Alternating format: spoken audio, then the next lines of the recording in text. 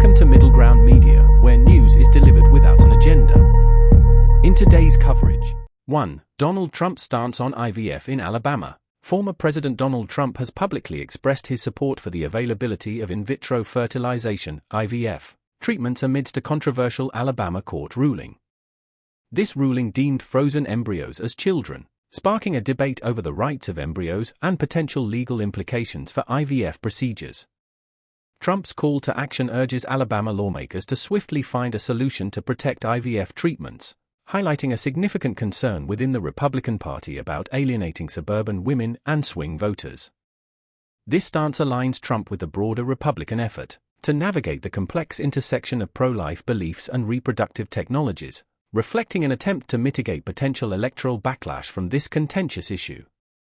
2. Yakuza's nuclear trafficking attempt. In a startling revelation, U.S. authorities have indicted Takeshi Ebisawa, a member of the notorious Yakuza crime syndicate, for attempting to sell nuclear materials to undercover agents.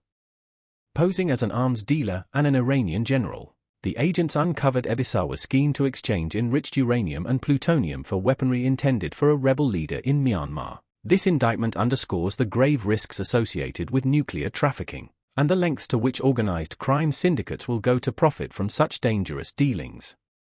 The case highlights the international community's ongoing battle against the illicit trade of nuclear materials, and the necessity of vigilant enforcement to prevent such materials from falling into the wrong hands. 3. Biden announces new sanctions on Russia. On the second anniversary of the war in Ukraine, President Joe Biden announced the imposition of over 500 new sanctions against Russia. These measures target a wide range of individuals and entities connected to Russia's ongoing aggression in Ukraine and the death of opposition leader Alexei Navalny. By targeting Russia's financial sector, defense industrial base, procurement networks, and sanctions evaders, the U.S. aims to increase pressure on Moscow and hold it accountable for its actions. Biden's announcement reflects the U.S.'s commitment to supporting Ukraine amid its acute shortages of ammunition and the delay in military aid, highlighting the international effort to isolate Russia and underscore its pariah status on the global stage. For Canada's alert on potential attacks, Canada's Integrated Terrorist Assessment Centre, ITAC, has issued warnings about the potential for extremist attacks motivated by the Israel-Hamas conflict to occur within Canada. These alerts come in the wake of heightened tensions and suggest that events in the Middle East could inspire attacks on protests, cultural centres, diplomatic posts, and other symbols of Israeli or Palestinian interests in Canada. ITAC's analysis raises concerns about the possibility of mass violence spilling into Canada, emphasizing the need for vigilance and preparedness to prevent and respond to any such incidents. The warnings reflect the broader challenges faced by nations worldwide in addressing the domestic implications of international conflicts and the threat of ideologically motivated violence. 5. Putin's strongman image 2 years into the war. 2 years into the full-scale war in Ukraine, Russian President Vladimir Putin continues to embrace and cultivate his image as an unpredictable strongman. From maintaining ambiguity over the death of opposition leader Alexei Navalny to boasting about military offensives in Ukraine and engaging in space warfare rhetoric, Putin is drawing on historical precedents of Russian rulers who made significant sacrifices to consolidate state power. However, despite this portrayal of invincibility, Putin faces numerous challenges, including domestic discontent, a resilient Ukrainian resistance, and a united Western front. These factors raise questions about the sustainability of Putin's governance style, and whether his historical legacy will be overshadowed by the costs of his aggressive policies. 6. Tragic fire in Valencia apartment block. A devastating fire in a Valencia, Spain, apartment block has resulted in several fatalities and injuries, with numerous residents still missing. The fire, which rapidly engulfed the building, has prompted investigations into building safety standards and fire prevention measures.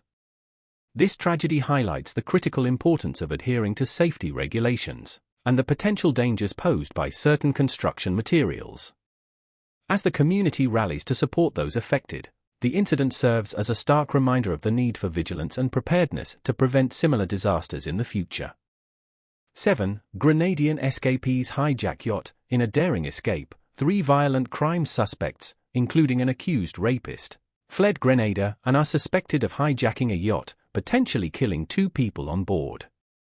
The suspects were recaptured in the neighboring island nation of St. Vincent and the Grenadines. This incident underscores the challenges of maritime security and the dangers posed by fugitives exploiting international waters to evade capture. The involvement of U.S. citizens as potential victims adds an international dimension to the case, highlighting the need for cross-border cooperation in addressing criminal activities and ensuring the safety of the maritime community. 8. Massive pile-up on icy overpass in China. More than 100 vehicles were involved in a massive pile-up on an icy overpass in Suzhou, China, highlighting the dangers of severe weather conditions on road safety. The accident, which resulted in several injuries, occurred amid extreme cold and snowfall that has disrupted travel across China during the Lunar New Year.